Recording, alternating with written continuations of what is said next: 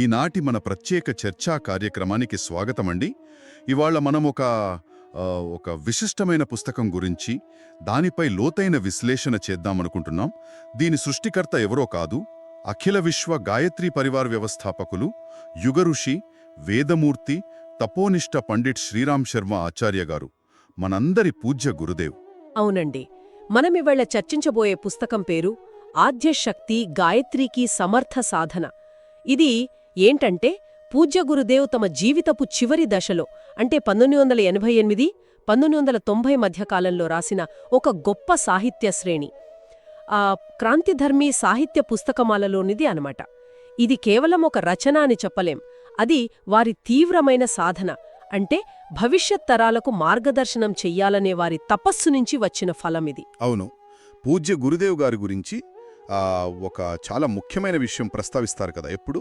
1990 వసంత పంచమి నాడు వారు వందనీయ మాతాజీ గారితో చెప్పిన మాటలు, అవి ఈ పుస్తకానికి, వారి మొత్తం సాహిత్యానికి కూడా ప్రాణం పోసాయనంటారు. అసలు ఆ సందేశమేంటి, దాని ప్రాముఖ్యత ఏమిటంటారు? తప్పకుండా అండి, అది నిజంగా ఒక చారిత్రాత్మకమైన క్షణం.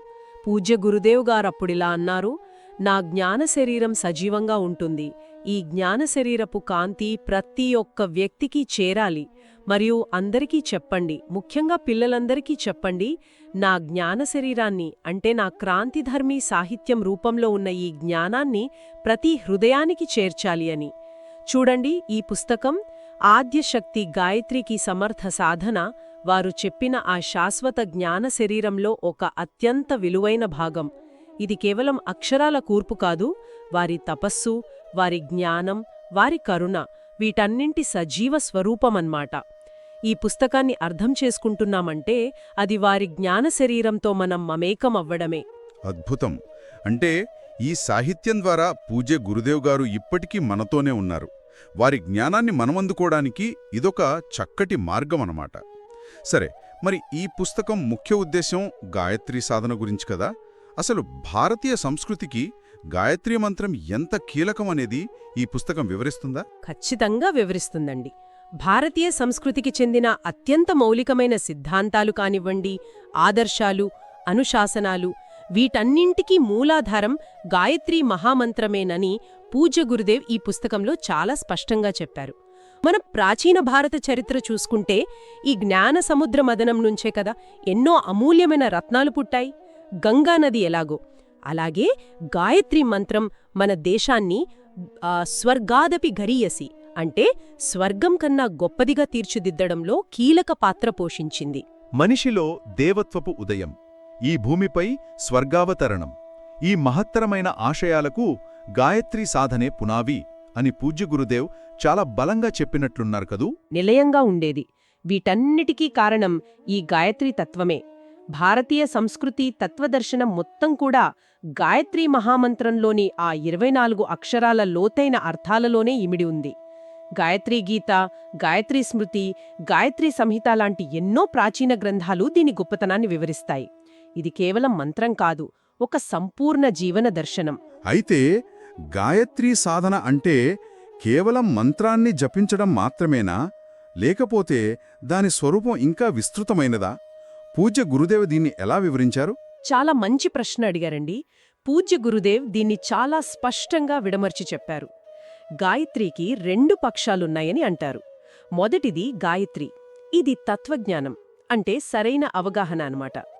రెండవది సావిత్రి, ఇది భౌతిక, ఆధ్యాత్మిక ప్రయోజనాల్నిచ్చే శక్తి, దాని ప్రకటన. ఈ జ్ఞానం మరియు శక్తి, ఇవి రెండూ కలిసినప్పుడే సాధన పరిపూర్ణమవుతుంది.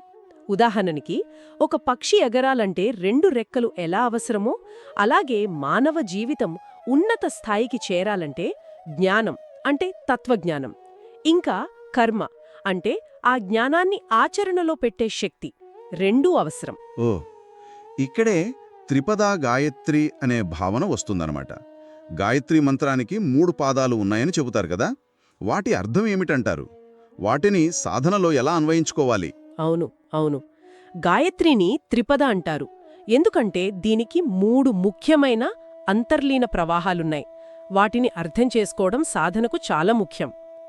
ఓం భూర్భువస్వః తత్సవితుర్వరేణ్యం, సవితుర్ యొక్క తేజస్సును వరించడం, ఇది మొదటి పాదం.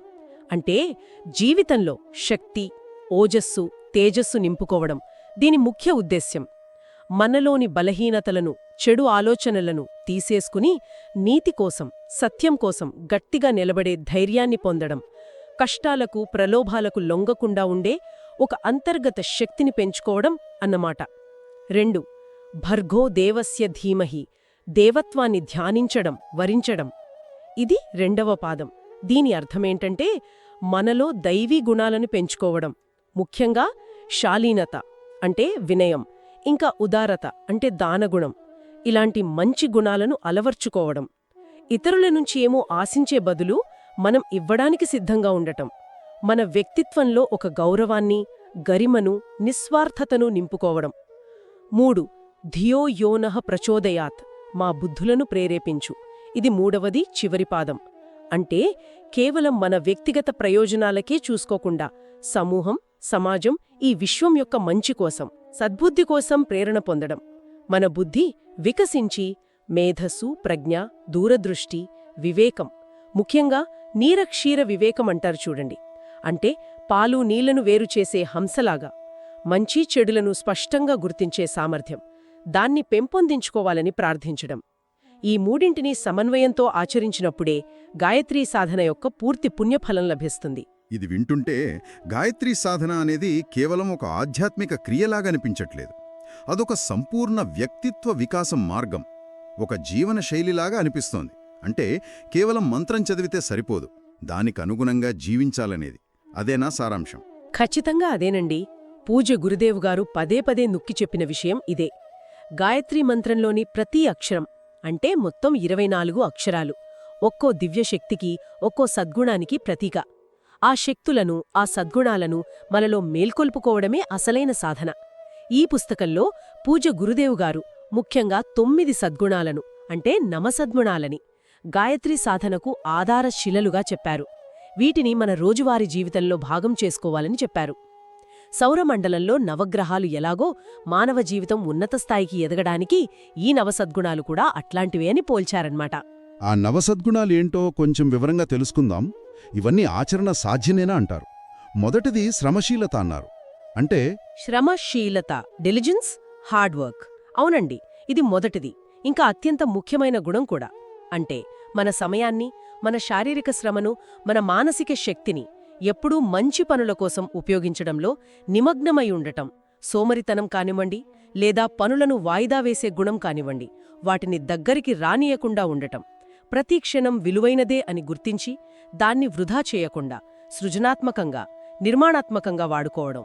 నిజ జీవితంలో చూస్తే ఒక విద్యార్థి కష్టపడి చదవడం, ఒక ఉద్యోగి తన పనులను శ్రద్ధగా చేయడం, ఒక గృహిణి ఇంటి పనులను చక్కగా చేసుకోవడం, ఇవన్నీ శ్రమశీలతకు ఉదాహరణలే. దీని ద్వారానే వ్యక్తిగత పురోగతి వస్తుంది, దాని ద్వారా సమాజ ప్రగతి కూడా సాధ్యమవుతుంది. ఈ పదాన్ని సరిగ్గా ఉచ్చరించాలి.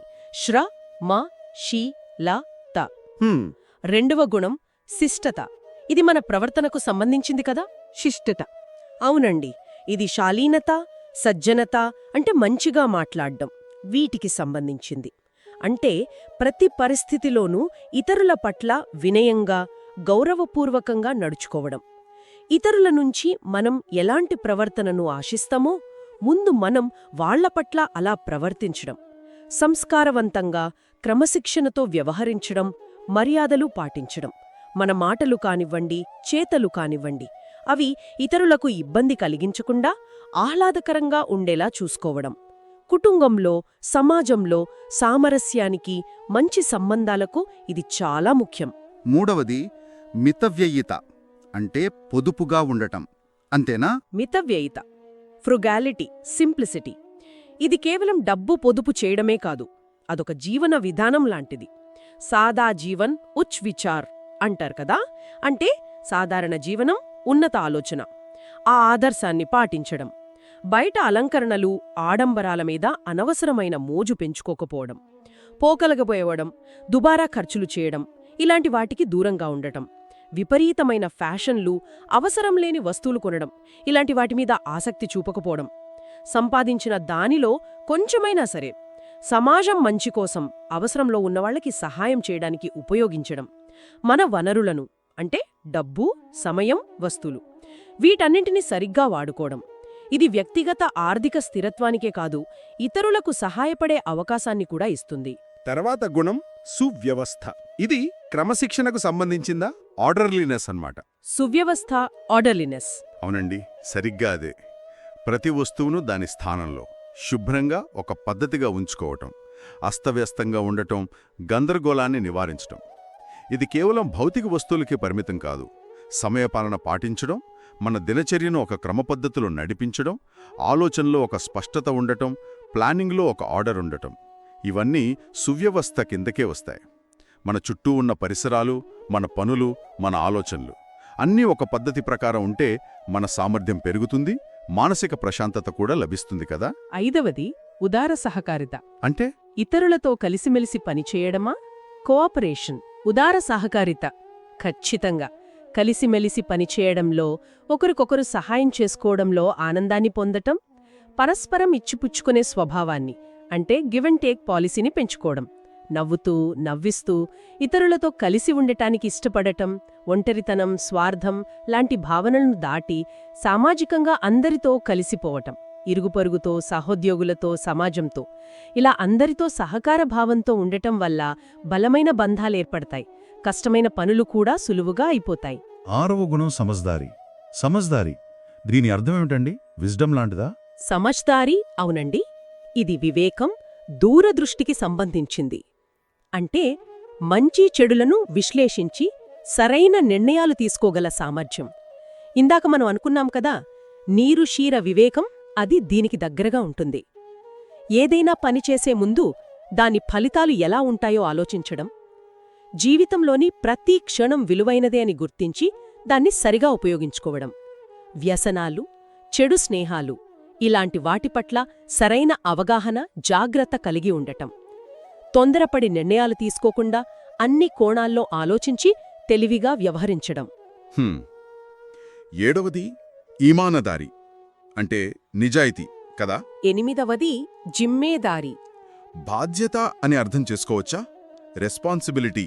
జిమ్మేదారీ, రెస్పాన్సిబిలిటీ.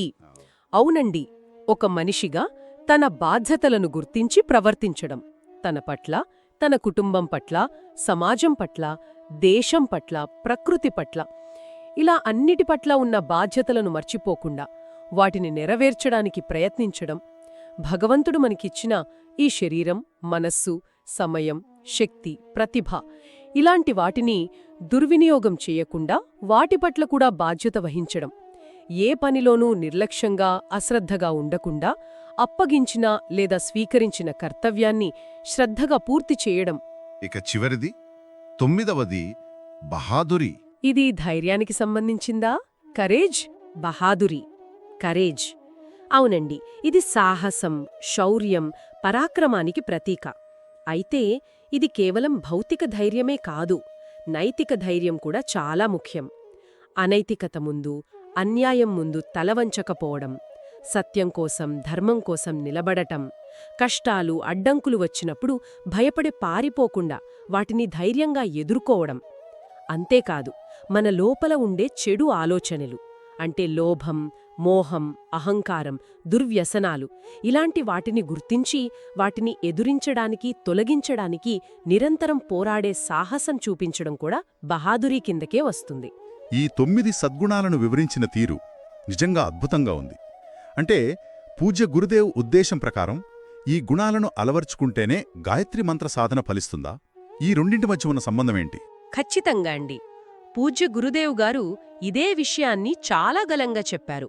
గాయత్రీ మంత్ర జపం ద్వారా లభించే ఆధ్యాత్మిక శక్తి, ప్రయోజనాలు, వాటిని రుద్ధిసిద్ధులు అంటారు. అంటే శ్రేయస్సు, విజయాలు, దివ్యశక్తులు అన్నమాట. అవన్నీ కూడా ఈ నవసద్గుణాలను మనం ఎంతవరకు ఆచరిస్తున్నామనే దానిపైనే ఆధారపడి ఉంటాయి. కేవలం మంత్రాన్ని ఏదో యాంత్రికంగా జపిస్తూ ఈ మంచి గుణాలకు వ్యతిరేకమైన జీవితాన్ని గడిపితే అస్సలు ఎలాంటి ప్రయోజనం ఉండదు. ఉదాహరణకు, మురికిగా ఉన్న చోట దేవతా విగ్రహాన్ని పెడితే ఫలితం ఉంటుందా? ఉండదు కదా. అలాగే నికృష్టమైన ఆలోచనలు, చెడు ప్రవర్తన ఉన్న వాళ్లకి దైవానుగ్రహం లభించదు. కాబట్టి జ్ఞానమంటే గాయత్రీ మంత్రం యొక్క తత్వం, మరియు కర్మ అంటే ఈ సద్గుణాలను జీవితంలో ఆచరించడం. ఇవి రెండూ కలిస్తేనే సాధన సంపూర్ణమై సఫలమవుతుంది. గాయత్రీ సాధనతో పాటు యజ్ఞానికి కూడా ప్రాముఖ్యత ఉందని పుస్తకంలో చెప్పారా? ఆ రెండింటికి సంబంధమేంటంటారు? అవునండి, చెప్పారు. గాయత్రికి పూరకంగా అంటే కాంప్లిమెంటరీగా యజ్ఞాన్ని పేర్కొన్నారు. భారతీయ సంస్కృతికి గాయత్రిని తల్లిగా భావిస్తే యజ్ఞాన్ని తండ్రిగా భావిస్తారు. ఈ రెండింటి కలయికతోనే సంస్కృతి యొక్క పునాది గట్టిగా ఉంటుంది.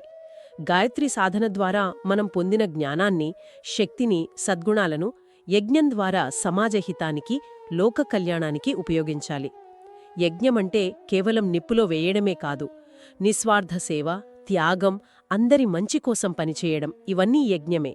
శాంతికుంజ్లో జరిగే యజ్ఞాలు, వాటిపై జరిగిన శాస్త్రీయ పరిశోధనలు కూడా యజ్ఞం వల్ల పర్యావరణం శుద్ధి అవ్వడమే కాకుండా మానసిక, శారీరక ఆరోగ్యం కూడా చేకూరుతుందని నిరూపించాయి. గాయత్రీ సాధన విషయంలో ముఖ్యంగా స్త్రీల భాగస్వామ్యం గురించి గతంలో కొన్ని అపోహలు, ఆంక్షలు ఉండేవి అంటారు కదా. పూజ్య గురుదేవ్ గారు ఈ విషయంలో ఎలాంటి మార్పు తెచ్చారు? ఇది చాలా చాలా కీలకమైన అంశమండి. మధ్యయుగంలో కొన్ని సంకుచితమైన భావాల వల్ల గాయత్రి మంత్రాన్ని కేవలం బ్రాహ్మణ పురుషులు మాత్రమే జపించాలి, స్త్రీలకు, ఇతరులకు ఆ అధికారం లేదు అనే ఒక తప్పుడు భావన ప్రచారంలోకి వచ్చింది. నిజానికి అది తప్పు. పూజ్య గురుదేవ్ గారు ఈ అశాస్త్రీయమైన, అన్యాయమైన ఆంక్షలను చాలా తీవ్రంగా ఖండించారు. గాయత్రి మంత్రం ఏ ఒక్క వర్గానికో, లింగానికో పరిమితమైనది కాదని, అది సూర్యకాంతిలాగా, గాలిలాగా సర్వమానవాళికి చెందిందని చాలా గట్టిగా చెప్పారు. గాయత్రిని మనం జగన్మాత అంటాం గదా, మరి తల్లి ఒడిలో కూర్చోవడానికి పిల్లలందరికీ అంటే స్త్రీ పురుషులిద్దరికీ హక్కు లేదా అని ఆయన ప్రశ్నించారు. నారీ శక్తిని గాయత్రీ సాధనకు దూరం చేయడం వల్ల సమాజానికి తీరని నష్టం జరిగిందని, రాబోయే ఉజ్వల భవిష్యత్తు నిర్మాణంలో నారీలు ముఖ్య పాత్ర పోషించాలని, అందుకు వారికి గాయత్రీ సాధన వల్ల వచ్చే ఆధ్యాత్మిక బలం ఎంతో అవసరమని నొక్కి చెప్పారు. శాంతికుంజ కేంద్రంగా నడిచిన గాయత్రి ఉద్యమం ద్వారా ఈ మూఢనమ్మకాలను పూర్తిగా తొలగించి లక్షలాది మంది స్త్రీలకు గాయత్రి దీక్షను, సాధనా మార్గాన్ని అందించడంలో పూజ్య గురుదేవ్ గారు ఒక చారిత్రాత్మక పాత్ర పోషించారు. ఇంత లోతైన విశ్లేషణ తర్వాత ఈ పుస్తకం ద్వారా పూజ్య గురుదేవ్ గారు చివరిగా అందించే సందేశం ఏమిటని మనం చెప్పవచ్చు? జీవితంలో నిజమైన విజయం, దివ్యత్వం సాధించాలంటే సాధన ఒక్కటే మార్గం అని పూజ్య గురుదేవ్ చాలా స్పష్టంగా చెప్పారు. ఇక్కడ సాధన అంటే కేవలం పూజలు, జపాలు మాత్రమే కాదు. మనం ఇందాక చర్చించుకున్నట్లుగా ఆ సద్గుణాలను అలవర్చుకోవడం, జీవితాన్ని ఒక తపస్సులా మార్చుకోవడం. గాయత్రీ సాధన అనేది ఒక సంపూర్ణ జీవన విధానం. తన జీవితకాల తపస్సు ద్వారా, జ్ఞానం ద్వారా పొందిన ఈ శాశ్వత జ్ఞాన శరీరాన్ని, అంటే క్రాంతిధర్మీ సాహిత్యం, దాన్ని ప్రతి ఒక్కరి హృదయానికి చేర్చడం మనందరి కర్తవ్యం. సాధన ద్వారా వ్యక్తి నిర్మాణం, దాని ద్వారా కుటుంబం, సమాజం, రాష్ట్ర నిర్మాణం, చివరికి యుగ నిర్మాణం సాధ్యమవుతుందని ఆయన దృఢంగా విశ్వసించారు. ఆ మార్గాన్ని మనకు చూపించారు. ఈ అద్భుతమైన జ్ఞాన సంపద గురించి, పూజ్య గురుదేవ్ గారి సాహిత్యం గురించి ఇంకా తెలుసుకోవాలంటే శ్రోతలు ఎక్కడ సంప్రదించవచ్చంటారు? తప్పకుండా అండి. మరింత సమాచారం కోసం, ఇంకా పూజ్య గురుదేవ్ గారు రాసిన వేలాది పుస్తకాలతో కూడిన విస్తారమైన సాహిత్యం, ఇది తెలుగుతో సహా చాలా భాషలలో అందుబాటులో ఉంది. దానికోసం www.awgp.org అనే వెబ్సైట్ను సందర్శించవచ్చు. ఈ అమూల్యమైన జ్ఞానాన్ని మాతో పంచుకున్నందుకు, అలాగే శ్రోతలు తమ విలువైన సమయాన్ని వెచ్చించి ఈ చర్చను విన్నందుకు హృదయపూర్వక ధన్యవాదాలు. మీ అమూల్యమైన సమయాన్ని కేటాయించినందుకు మా తరపున కూడా హృదయపూర్వక ధన్యవాదాలు. అయినా సరే, మన హృదయాలు ఎల్లప్పుడూ అనుసంధానించబడే ఉంటాయి. ఎందుకంటే సాధన, సద్భావన అనేవి మనల్ని ఎల్లప్పుడూ ఒకే సూత్రంతో బంధిస్తాయి కదా. ఒకసారి ఆలోచించండి.